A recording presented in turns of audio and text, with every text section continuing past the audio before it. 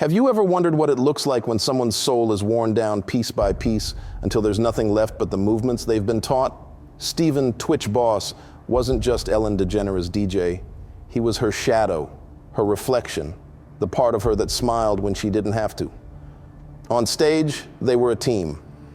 Off stage, there were moments. Moments where his eyes went somewhere far away, like he was standing inside a glass box only he could see. When he died, Ellen grieved in front of the cameras, radiant, almost glowing. But behind the scenes, whispers began, that he was next to be lent to Diddy, that he'd already been practicing for it. I was there when I saw the look in his eyes, the way his body moved like each step was pulled by unseen strings. And I still can't shake the feeling that somewhere out there, he's still dancing, but not for us. I wasn't supposed to be here. 5 years ago, I was a seamstress at a Glendale alteration shop, the kind of place that mostly did prom dresses, last-minute tuxedo fittings, and the occasional wedding gown rescue. One afternoon, a woman came in needing a hem repaired on a designer suit before tomorrow. She was the wardrobe supervisor for the Ellen DeGeneres show. We got to talking, and she offered me a trial shift. 1 week turned into 1 month, and soon I was backstage every weekday, running coffee, pinning jackets, steaming shirts before guests walked out under the lights. Wardrobe was the perfect job for someone like me. Quiet hands, quiet mouth. In a place like this, invisibility is a skill. The louder personalities fill the room. The rest of us keep it moving in the background. That's how I learned the best view isn't in the audience, it's from the wings, where you can see everything and everyone when they think no one's looking. I first noticed the pattern in late 2021. It always began the same way. Diddy would come on the Ellen DeGeneres show for another one of his easy, laughing interviews, always closing with the same line, "You're coming to the party, right?" And Ellen would smile that sharp, camera-ready smile, shake her head as if she were turning down dessert and say, No, I'll send Twitch. He'll represent LA." The audience laughed every time. It was a safe kind of laughter, the sort people give when they know they're not in on the joke, but they trust the host not to hurt them. But I started watching Twitch's face. He'd smile, sure, but it was late, delayed. Like a film reel skipping for half a second before catching up. His eyes would drop to the floor just for a beat, then rise again. To most people, it probably looked like modesty. To me, it looked like resignation. I wasn't important on set. Wardrobe assistant, coffee runs, sewing buttons back on between segments. That was my world. I was invisible enough to hear everything, and unimportant enough for people to forget I was there. From that vantage point, I saw it happen over and over. Ellen would decline an invite in front of everyone, but always with the same substitute, Twitch. He'll represent us in LA. It was framed as an honor, a vote of trust. But you could see how heavy that trust was by the way he carried it in his shoulders. At first I told myself it was harmless. He was her DJ, her sidekick. Going to events was part of the job. But the more I saw it, the more it felt like a trade. Like Ellen had figured out a way to keep Diddy happy without ever showing up herself. And Diddy's parties weren't casual affairs. Everybody backstage knew about them. The real ones, the ones after midnight, held on the top floors of hotels where the elevators didn't stop for just anyone. The pressure on Twitch was quiet but constant. He was representing LA. Yes, but really he was representing Ellen. The way she said it made it sound like a trophy she was loaning out. If he didn't show up, it wasn't just him letting someone down. It was her. And no one wanted to be the reason Ellen DeGeneres looked bad. I started to notice it wearing him down. The longer the season went on, the more parties he was sent to, the more his off-camera energy dimmed. On stage, he was all joy and rhythm. Off stage, there was a pause between movements, as though he was gathering himself just to stand. At the time, I didn't realize I was watching the start of something that would end in a locked glass case, with Twitch looking at me through the reflection, his breath fogging the walls between us, but I could feel it coming. By Monday morning, the studio lights felt harsher than usual, like someone had turned the dimmer the wrong way. tWitch arrived late, hair still damp, hoodie zipped to his chin, though the stage was warm. He gave his usual wave to the audience bleachers, but it didn't travel to his eyes. He dropped his backpack by the couch, sat, and pressed his fingers into the hollow under his jaw, as if checking for a pulse. I brought him a fresh shirt for rehearsal. He thanked me, soft and automatic, the way people thank you when their mind is somewhere else. When he stood, the hem of his hoodie lifted, and I saw it, just a faint shadow near the jawline, the kind of mark makeup can blur but not erase. He noticed me noticing and turned away, quick. Big weekend? I asked, light as I could. Representing, he said. The word landed flat between us. He forced a smile. You know how it is. I didn't, but I nodded like I did. During blocking, he hit every mark. During rehearsal, he hit every beat. He was still the most reliable person in the building. The floor manager raised a thumb. The audience coordinator whispered, "He's magic." And when the music cut, tWitch sank into the green room chair like he had run a mile. He stared at the floor. For a second, he seemed to forget the room was full. Then he blinked, sat up, and was himself again. Later, I found his notebook by accident. He'd left it on the craft services table, tucked under a napkin beside a bottle of water. I wasn't snooping. I moved the napkin to wipe the ring of condensation, and the cover flipped. Inside, on a blank page near the back, someone had drawn a box. Not a box exactly. A clear box, the kind you'd see in a museum, drawn with careful lines. In the center, a stick figure stood with its head bowed. Along the top edge, in small, neat letters, glass all around. And at the bottom, they're always watching. I shut the notebook and put it back where I found it. When he returned, I told him I'd guarded it like treasure. He laughed. "It's nothing," he said. But he slipped it into his bag like it wasn't nothing. That week, Ellen started using a new line. She used to say he represents LA. Now she said on camera and off, he represents us. It sounded proud. It sounded like family. It sounded like ownership. The calls came more often. I could tell when they did because the day would tilt. The writers would go quiet. A production assistant would appear at Ellen's door and hover. Diddy didn't need long visits. A few minutes of private talk after taping, a quick grin for the hallway cameras, and then names were moving through headsets. Car, hotel, top floors, second elevator bank. The details shifted, but the shape stayed the same. On a Thursday, I was folding a stack of wardrobe tees when Ellen walked by with her usual speed. She stopped, pivoted back, and touched my arm with 2 fingers. Gentle, practiced.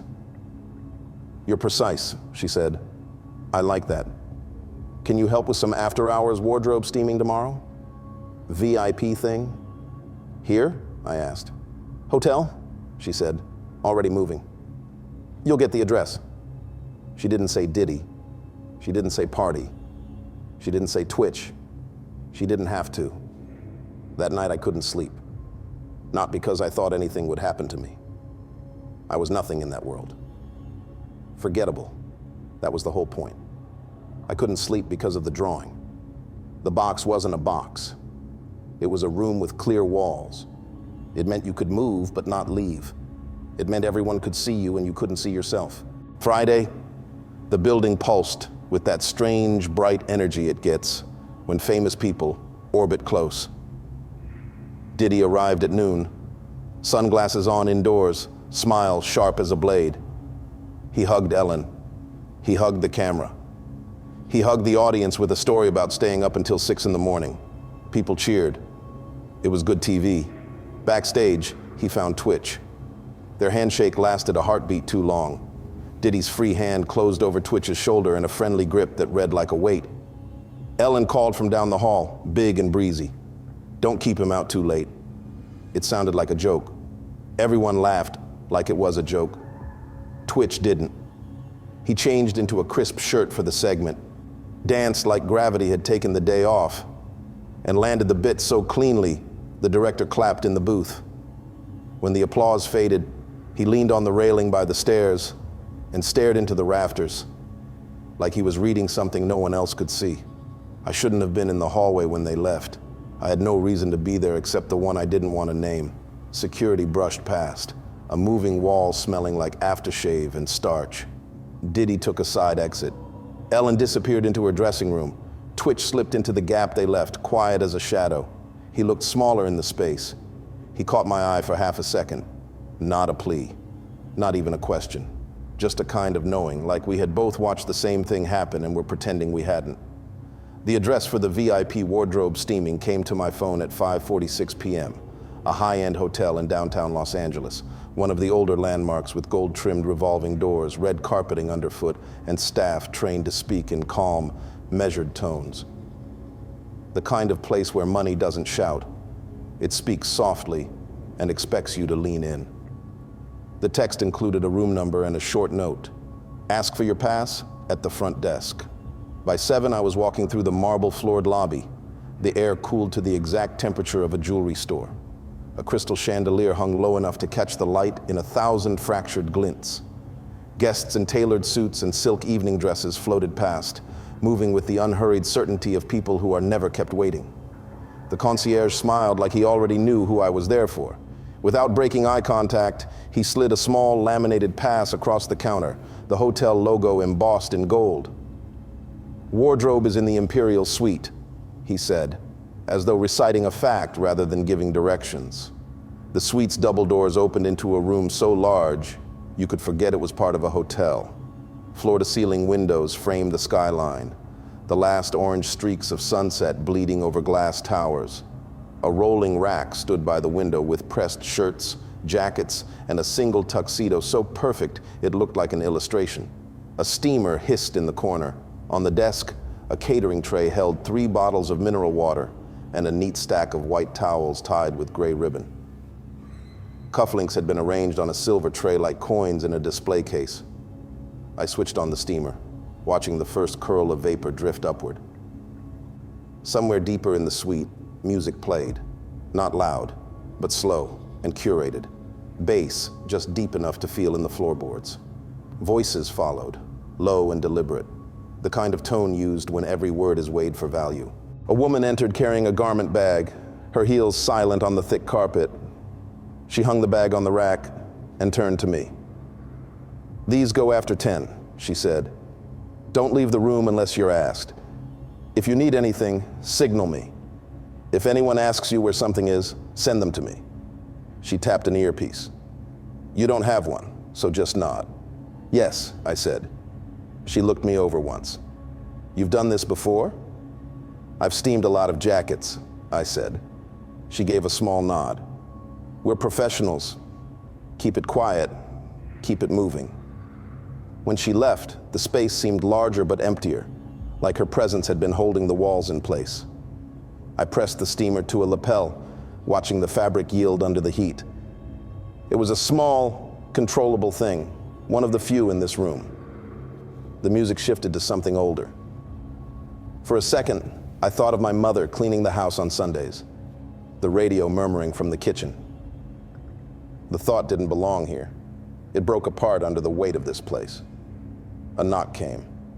One of the runners. "Black jacket," he said. I handed it over. But he left the door just slightly open when he turned to go. I don't know what made me move toward it. Curiosity, dread, maybe both. I stepped just far enough to see down the corridor. The double doors at the end stood wide, spilling warm light across the carpet. Inside, a small group of older men and women sat scattered in low chairs, glasses in hand. Their posture was relaxed, but their eyes were fixed forward. And in the center of that light stood a glass case. It was taller than I'd imagined, edges catching the light in sharp white lines. tWitch was already inside, his collar open, hair damp at the temples. Diddy stood near the case, his voice carrying in that controlled, conversational way of his. "Perform." No music cue, no applause, just the word.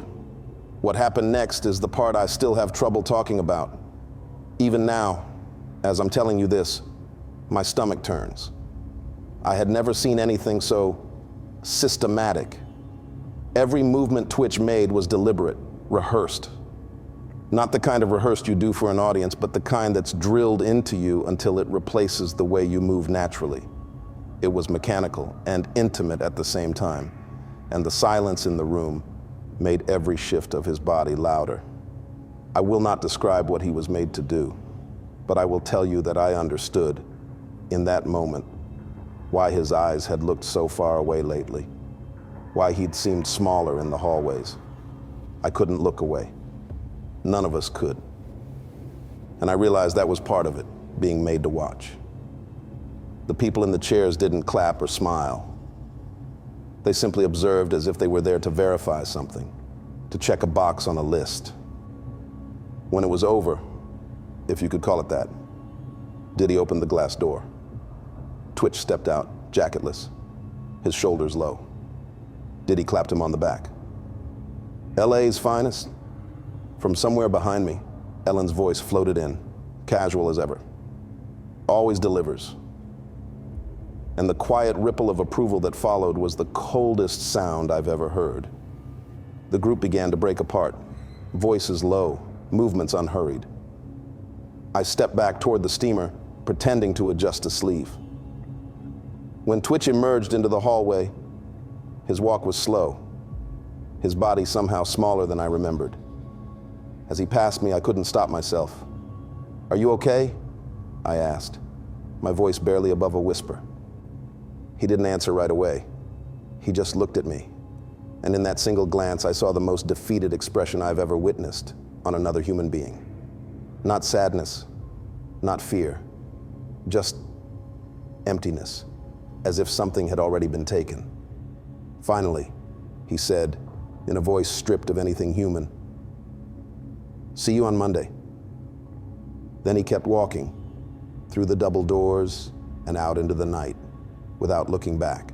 tWitch was gone 3 days later. Monday morning, the call sheet still had his name printed in block letters.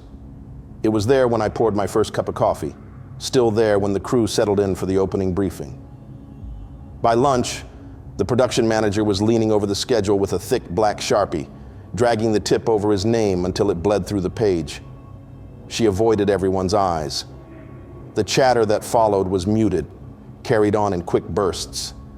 Someone in the break room whispered motel like it was a confession. Someone else, in a voice so low I almost didn't catch it, said self-inflicted. But no one said his name loud enough for it to stick. His absence hung in the air like a smell you couldn't place. By mid-afternoon, 2 men from security were walking the halls with padded white envelopes tucked under their arms. When they reached me, one of them smiled without warmth and handed me mine. Inside, a single page, dense with legal language. We were told to read, sign, and return them before the end of the day. Non-disclosure agreements, no details, no questions. We didn't need the fine print to know what they were for. Everyone understood. The air backstage felt close and heavy, like the walls were holding their breath. Conversations turned into murmurs. Doors clicked shut faster. And through it all, a silent agreement passed between us. We'd pretend not to notice the new absence in the building. Ellen came in that morning, smiling the way she always did, bright, warm, rehearsed. Her eyes were clear, her tone light. She stood under the stage lights, telling the audience that tWitch had been the heartbeat of the show, that he brought light wherever he went. She said they'd honor his memory by dancing, because that's what he would have wanted. And then they danced. Everyone except me. I stood just off stage, arms crossed, watching the colors and movement blur together. Every stomp of the dancer's feet seemed to land on my chest, because I wasn't seeing the dance. I was seeing the glass case, the way he stepped inside without hesitation, the way his breath fogged the panels, the way his body had moved, mechanical, almost hypnotized, as if every beat, every pivot was pre-decided by someone else. The way his eyes had found mine, just for a second before he disappeared behind the reflection of those watching him. And I thought about the notebook, the page I'd glimpsed weeks earlier, the drawing of that clear box, the bowed head, the words scrawled underneath in rushed handwriting. They're always watching. I didn't know whether it was a warning, a confession, or both. For years, I'd been in my own kind of box. Mine didn't need locks or glass. Silence held me there just fine. The weight of knowing who stood outside that box and what they could do to someone who stepped out of line kept me inside. But boxes can break. I remembered the night I last saw him, when he'd brushed past me, his face so hollow I barely recognized him.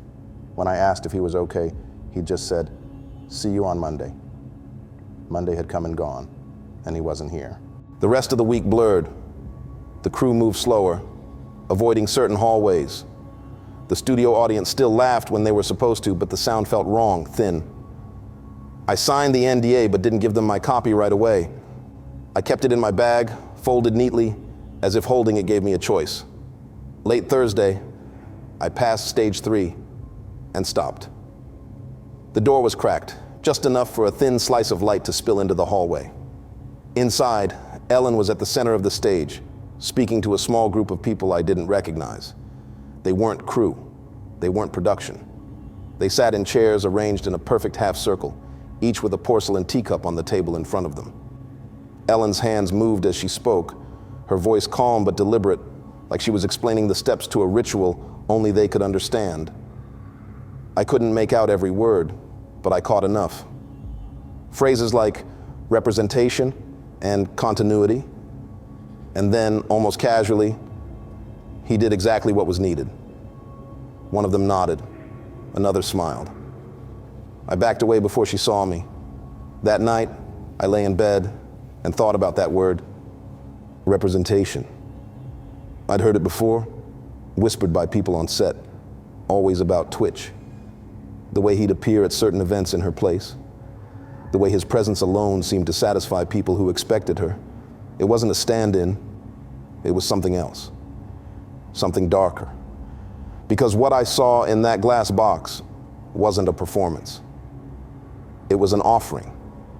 I don't know if I'll lose my job after this. I don't know if I'll be followed or if envelopes will start arriving at my door. I don't know what will happen when I start saying the things we were told never to say, about the invitations, the parties, the way she sent him in her place, the way he always represented her. I just know I can't keep the glass around me anymore. They kept him in glass so everyone could watch. Now I'm breaking mine so they can see. If you've been listening to this, you understand why silence is their greatest weapon. If you believe the truth should come out, don't let this story stay in the dark. Like, share, and subscribe.